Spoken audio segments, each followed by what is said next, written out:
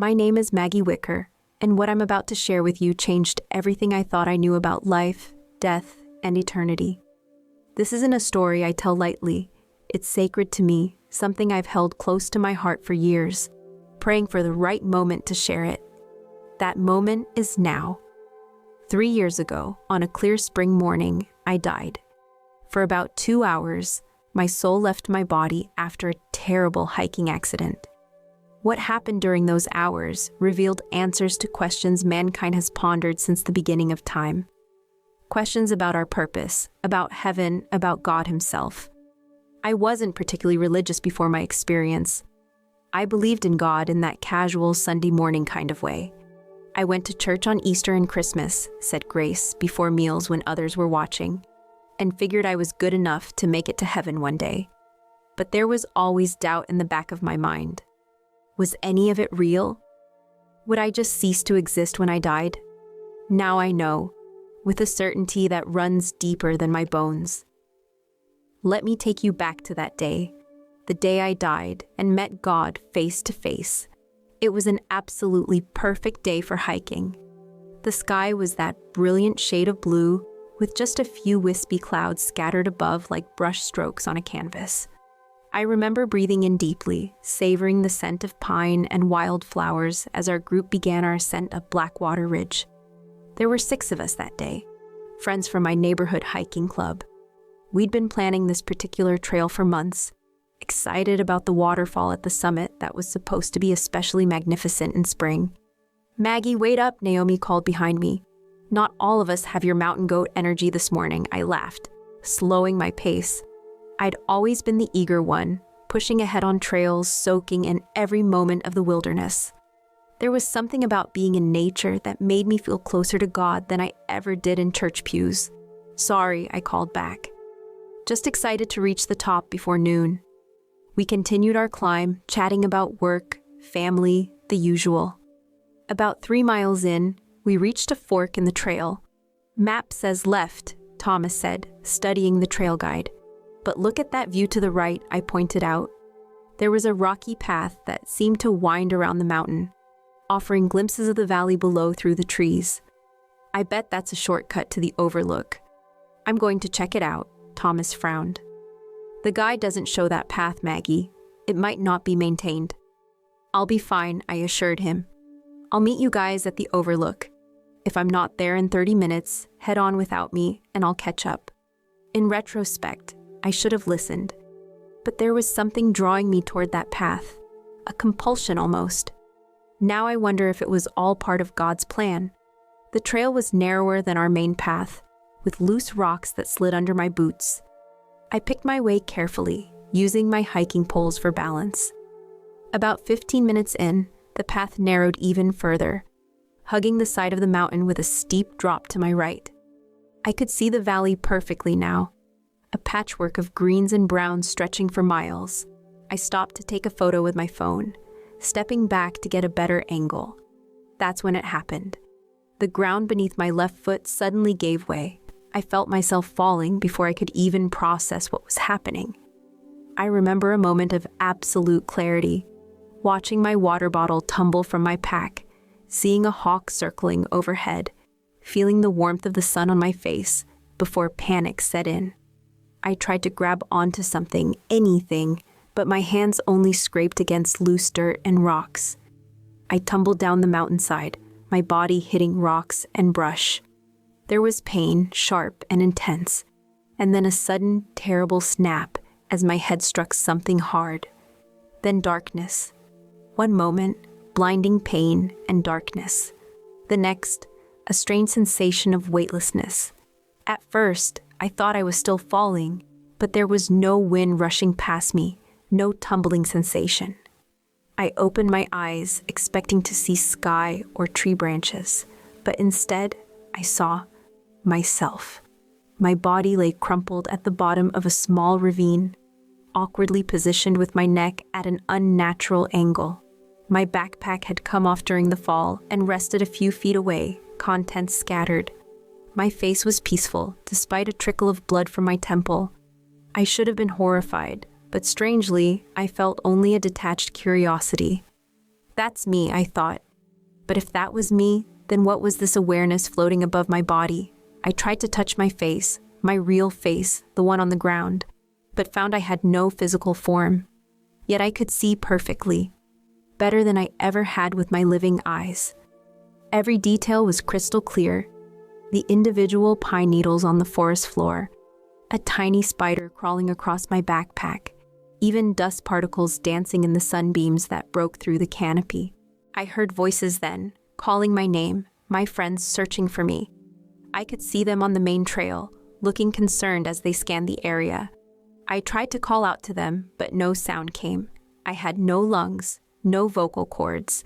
I tried to move toward them, and to my surprise, I could direct my consciousness wherever I wanted to go. I floated up to them, watching as Thomas checked his watch. She said 30 minutes, he said worriedly. It's been 45. Maybe she already reached the overlook, Naomi suggested. But she didn't sound convinced. Let's split up, Thomas decided.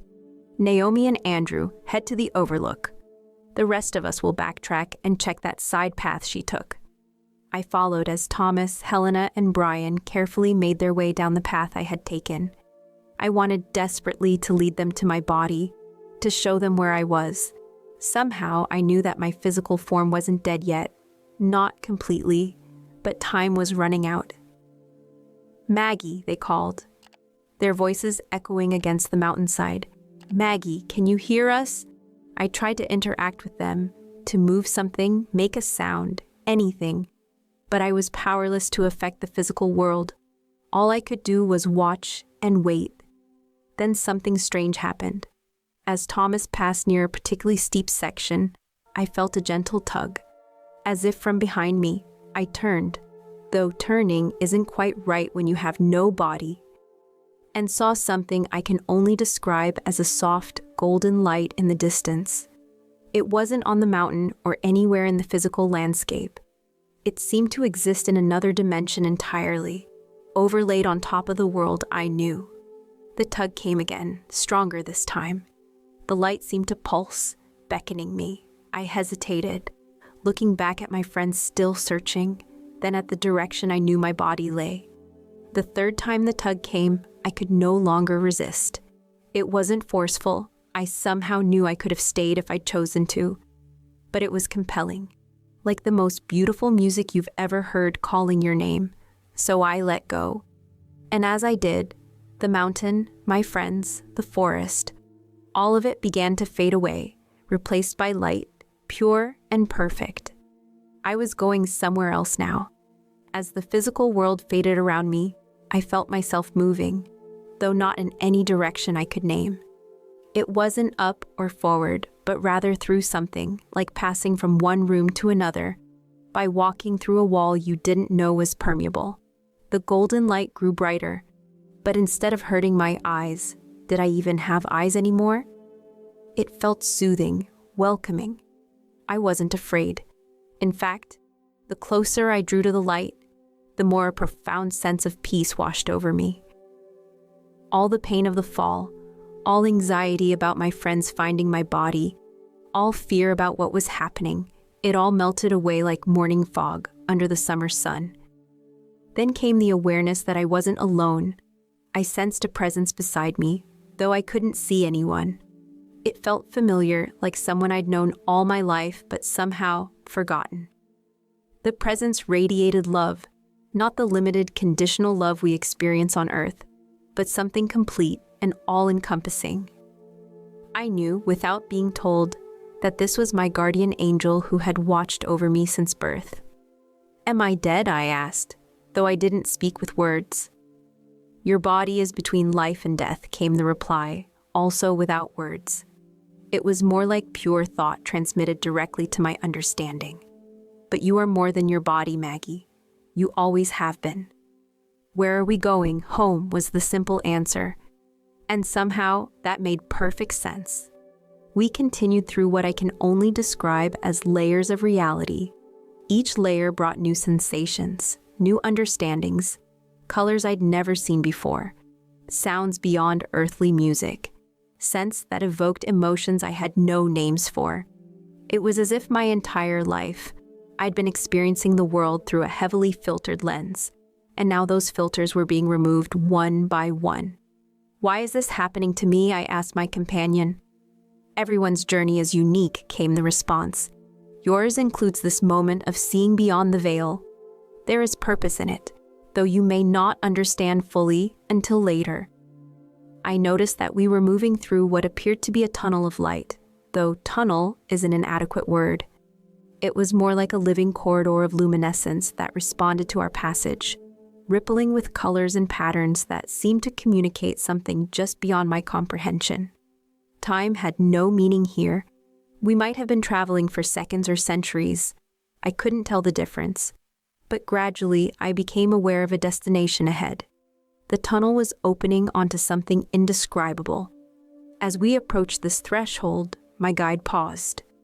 "What you will see now is not the fullness of heaven, but a meeting place," my companion explained. "Your physical body still lives, so you cannot yet pass fully into the kingdom. But he has granted you this audience because there is something you must learn, something you must take back." "He?" I asked. Though deep in my soul, I already knew. The Creator, the one who has loved you before time began. A tremor of awe passed through me. God wanted to meet with me? Ordinary, flawed Maggie Wicker who couldn't even remember to read her Bible most days? "You are not ordinary in his eyes," my guide communicated, sensing my thoughts. "No one is. Each soul is a universe of unique beauty to him." With that, we crossed the threshold together, and I beheld a realm beyond anything human language can adequately describe. The landscape, if such an earthly word can apply, was alive with light and color. Not just alive as a metaphor, but literally conscious. The ground beneath us, though I didn't exactly have feet, responded to our presence, rippling with welcome. Plant-like formations sang with melodic tones as we passed, their colors shifting in harmony with their music. The sky, although there was no sky as we know it, seemed filled with living light that pulsed with joy and purpose. In the distance, I could see structures of impossible architecture, cities perhaps, made of materials that resembled crystal and light, yet were clearly something else entirely. And everywhere, was the sense of life and consciousness, as if the very fabric of reality here was aware. But all of this, magnificent as it was, faded to background as I became aware of him. He was approaching, or perhaps we were approaching him. It was hard to tell in this place where normal physics didn't apply. What I can say is that his presence grew stronger, filling my awareness until there was room for little else. I had no physical body, yet I fell to what would have been my knees, overwhelmed by pure holiness and love. No human being could stand in this presence and remain unmoved. The love that radiated from him was beyond comprehension, so powerful it would have been terrifying if not for its perfect tenderness. It was like standing before a sun that, instead of burning you, bathed you in perfect warmth that reached to your very core. And then he spoke my name. Maggie. Just my name, but in it was everything. Knowledge of who I truly was, who I had been, and who I could become. All my failures and fears, yes, but also every moment of beauty and kindness I'd ever experienced or shown. In that single word was perfect acceptance and unconditional love. I tried to respond, but what do you say to the Creator of everything? Words, even thoughts, failed me. "Be at peace," he said, and peace flowed through me like a river. "You have questions. I have called you here to provide answers." And so began the most profound conversation of my existence, a dialogue that would forever change how I understood everything. "Lord," I managed finally, my thoughts taking the place of the words I couldn't physically speak. "I don't understand why I'm here. I've done nothing to deserve this audience." His response was immediate, not with words, but with a wave of understanding that washed over me. I suddenly knew that this meeting wasn't about what I deserved. It was about love and purpose, his love, his purpose. "You have wondered," he communicated, "about the meaning of your life. about whether I am real, about whether your existence matters in the grand scheme of creation. It wasn't a question, but a statement of fact. And he was right. These questions had haunted me for years, even as I went through the motions of casual faith. I acknowledged. Sometimes I believed, but there was always doubt. Doubt is not the enemy of faith, came his response, accompanied by what I can only describe as a divine smile that conveyed no judgment, only understanding. It is often the beginning of deeper knowing. Suddenly, I was shown my life, not as a linear progression of events, but as a tapestry where every moment connected to countless others. I saw how seemingly random encounters had profound purposes, how apparent failures led to necessary growth, how even my smallest acts of kindness created ripples that affected lives in ways I'd never known. Your life has purpose, he told me. Every life does. There are no accidents in my creation, no souls without significance. But there's so much suffering, I responded, thinking of all the pain I'd witnessed and experienced. Why allow it if you love us? I was given a vision, a perspective shift that allowed me to see suffering from a divine viewpoint. I understood that pain wasn't God's intention, but a consequence of freedom, that without true freedom to choose, love could not exist, and that even in the darkest moments, he was present, working to bring healing and redemption. I never leave you in your suffering, he communicated. I experience it with you. And I knew it was true. I could feel the depth of his compassion, his perfect empathy for every moment of human pain. I saw Christ on the cross in a new light, not just a historical event, but God himself entering into the fullness of human suffering to transform it from within. There is much you cannot understand from your limited perspective, he continued. Just as a child cannot comprehend why a parent allows necessary pain, the discomfort of vaccination, the struggle to learn to walk, the consequences of poor choices, there are purposes to suffering that only become clear with greater wisdom. Then came a shift in our conversation, as if he knew my next questions before I could form them. You wonder about heaven and hell, he said. About judgment and eternity. Yes, I acknowledged. I've always found it hard to reconcile eternal punishment with a loving God. What came then was not a simple answer, but a profound unveiling of divine justice and mercy. I was shown that heaven and hell weren't primarily places, but states of being, the natural consequences of either embracing or rejecting love and truth. That God's judgment wasn't arbitrary, but the loving revelation of reality, allowing each soul to see itself truly. I force no one into my presence, he explained. Those who choose darkness over light, self over love, they create their own separation. My heart breaks for each one, and my invitation to return never expires, but I will not override the freedom I have given.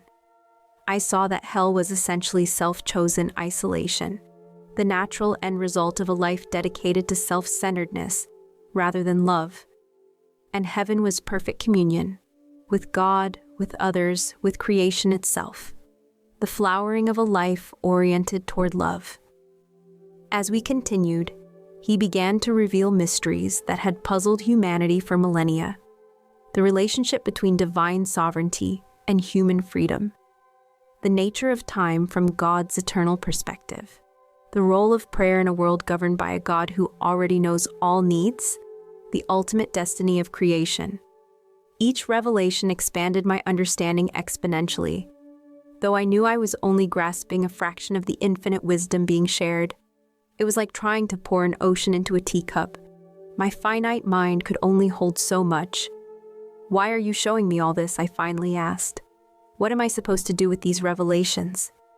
You will return, he told me, and I felt a pang of both disappointment and relief.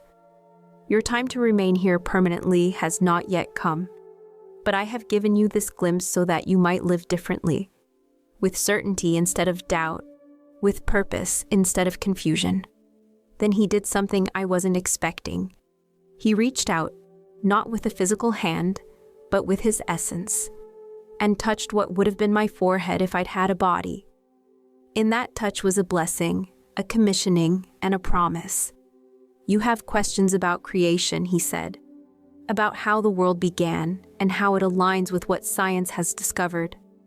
I hadn't voiced this question yet, but it had been in my mind. The apparent contradictions between Genesis and modern cosmology had troubled me for years. What followed was an extraordinary revelation about the nature of creation that bridged faith and science in ways I'd never imagined possible. I was shown that the creation accounts in Scripture were given in forms that ancient minds could grasp, using the language and concepts available to them. Not inaccurate, but accommodated to human understanding, like explaining quantum physics to a toddler through analogy and simplification. I witnessed the actual creation, the Big Bang, not as a random event, but as the moment when God spoke light into existence. I saw billions of years of cosmic evolution unfold as part of a magnificent divine plan. The emergence of life on Earth through processes that included both natural mechanisms God had established and specific divine interventions at key moments. I understood that time itself was part of creation, not something God was subject to. So the days of Genesis were from God's perspective, not chronological 24-hour periods from a human standpoint. The creation was both instantaneous from God's timeless view and gradual from within time's flow. Most importantly, I saw that the scientific story of cosmic and biological evolution and the theological truth of divine creation were not competitors, but complementary descriptions of the same reality, one focusing on mechanisms, the other on meaning and purpose. Many of my children have created false conflicts by insisting on interpretations I never intended, he explained. Both those who reject science in my name and those who reject me in the name of science grieve my heart. Truth cannot contradict truth. This wasn't just an intellectual revelation, but a healing one, resolving a tension that had troubled many believers, myself included. I saw that faith and reason were always meant to work together, that the book of Scripture and the book of nature had the same divine author. As this particular revelation concluded, I sensed that our time was growing short. There was a subtle shift in the atmosphere, a sense of imminent transition. Your body is being found, he told me.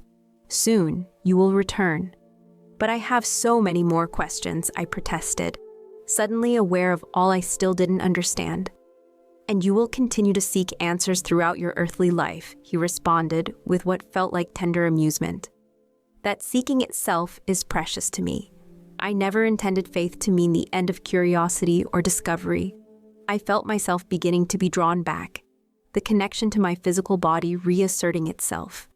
But before the transition began in earnest, he had one final revelation to share, perhaps the most important of all. As I felt the gentle pull back toward Earth growing stronger, I was desperate to understand the most fundamental question of all. What is the purpose of life? I asked hurriedly. Why are we here at all? The answer came not as words, but as a complete revelation that permeated my entire being. I understood that we were created for love, to receive God's infinite love, and to grow in our capacity to give it. Everything else, all learning, all work, all creative endeavors, all human relationships, served this ultimate purpose. I saw that life was a journey of transformation, a process of becoming more like God in our capacity to love selflessly. Earth was a kind of school for souls, where through free choices, both good and bad, we developed the character that would shape our eternal existence. This is why suffering exists in your world, he explained. Not because I desire it, but because the capacity for genuine love can only develop in an environment where real choices have real consequences. Without freedom, love is impossible. And with freedom comes the possibility of choosing that which causes pain. I understood then why God doesn't simply create souls already perfected. Love cannot be programmed or predetermined. It must be freely chosen and developed through experience and choice. Our lives, with all their complexities and challenges, are the perfect environment for this soul-making process. Your purpose, Maggie, he said, using my name with such tenderness, it brought what would have been tears if I'd had eyes, has always been to grow in love. Love for me, love for others, even proper love for yourself as my beloved creation. Every circumstance of your life, pleasant or painful, has served this purpose. I saw my life again, but now through this lens of purpose. Every relationship, every struggle, every joy made sense as part of this greater design. Nothing was wasted, nothing was meaningless.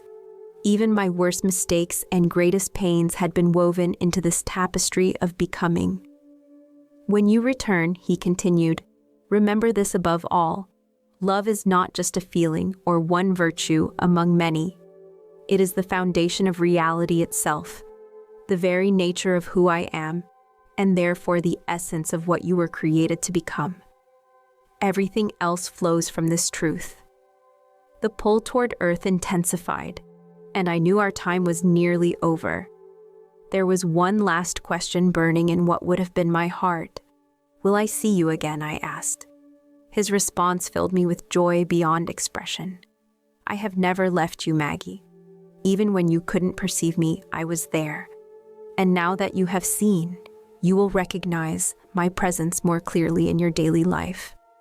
Look for me in acts of love, in beauty, in truth spoken, in the face of the suffering, in the silence of prayer. I am as close as your next breath. With that assurance resonating through my entire being, I felt myself drawn irresistibly back toward my broken body. The brilliant landscape of heaven began to fade from my awareness, though the presence of God remained strong even as the scene changed. The transition back was different from my journey outward. Rather than passing through layers of reality, I felt myself rapidly pulled along a direct path. The sensation was not unpleasant, but disorienting, like being drawn through water back to the surface after diving deep. As I approached my body, I could once again see the physical world, the ravine where I had fallen, my crumpled form on the ground, and to my joy, my friends who had finally discovered me. Thomas was kneeling beside my body, checking for a pulse, his face etched with concern. Helena was on her phone, presumably calling for emergency services, while Brian stood watch, scanning for landmarks to help guide rescuers to our location. I hovered there for a moment, aware of both realities simultaneously, the divine realm I was leaving and the material world I was re-entering. There was a split second of resistance, a natural hesitation before returning to the limitations and pain of physical existence, after experiencing such transcendence. But I remembered his words about purpose, about the importance of my remaining time on Earth.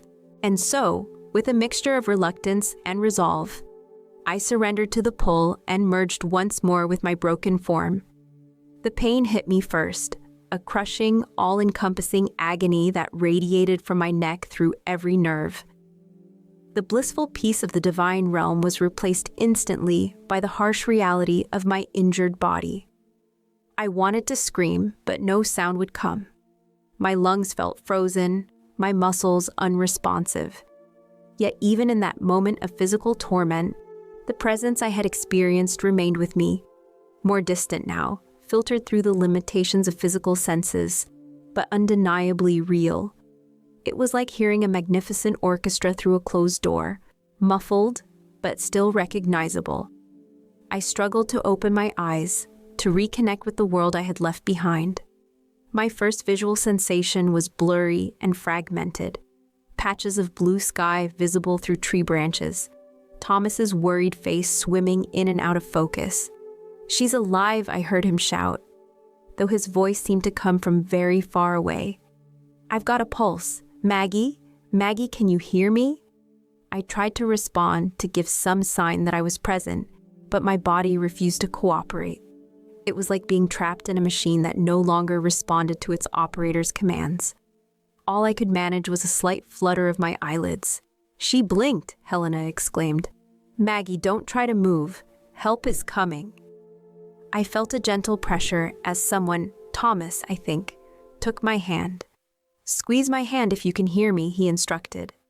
With monumental effort, I managed the slightest pressure with my fingers.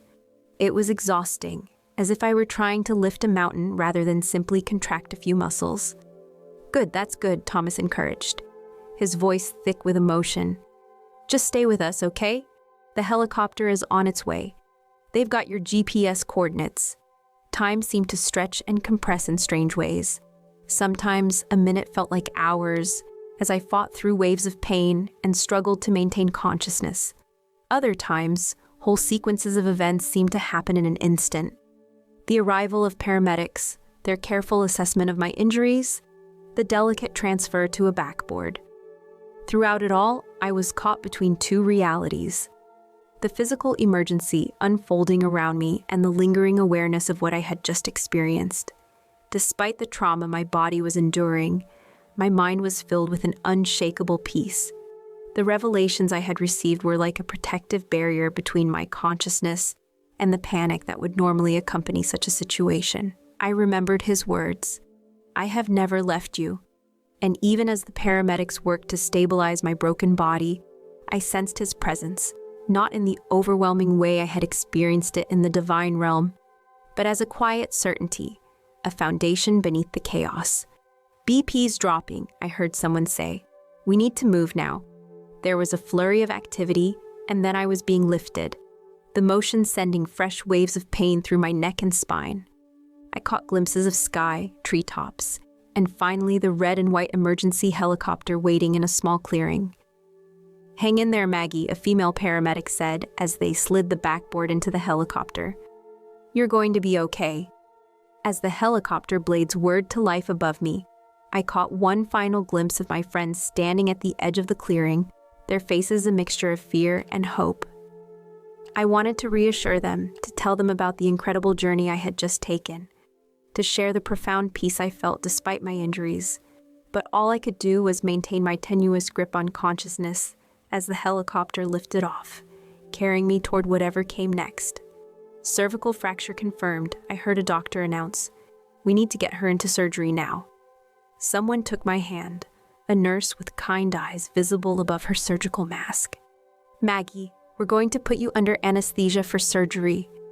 You have an injury to your neck that needs immediate attention. Can you understand me?" I managed the slightest nod, careful not to move my neck. "We're going to take good care of you," she promised, and then held up a mask. "Just breathe normally." As the mask was placed over my face and the anesthetic began to take effect, I had one clear, coherent thought. This is not the end. I have been given a second chance for a reason.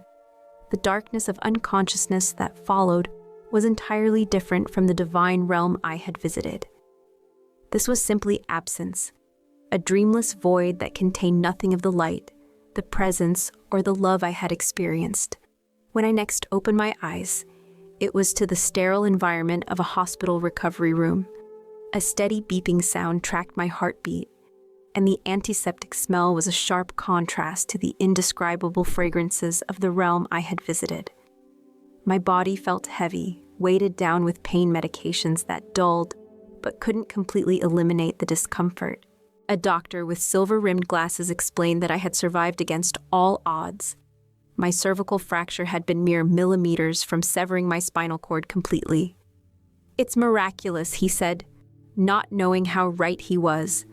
In the weeks that followed, as I slowly regained strength through grueling physical therapy, I began to carefully share parts of my experience with those closest to me. Some were skeptical, others fascinated, but all noticed the profound change in me, a serene certainty that transformed how I faced each painful step of recovery. The memories remained crystal clear, unlike normal dreams that fade with waking.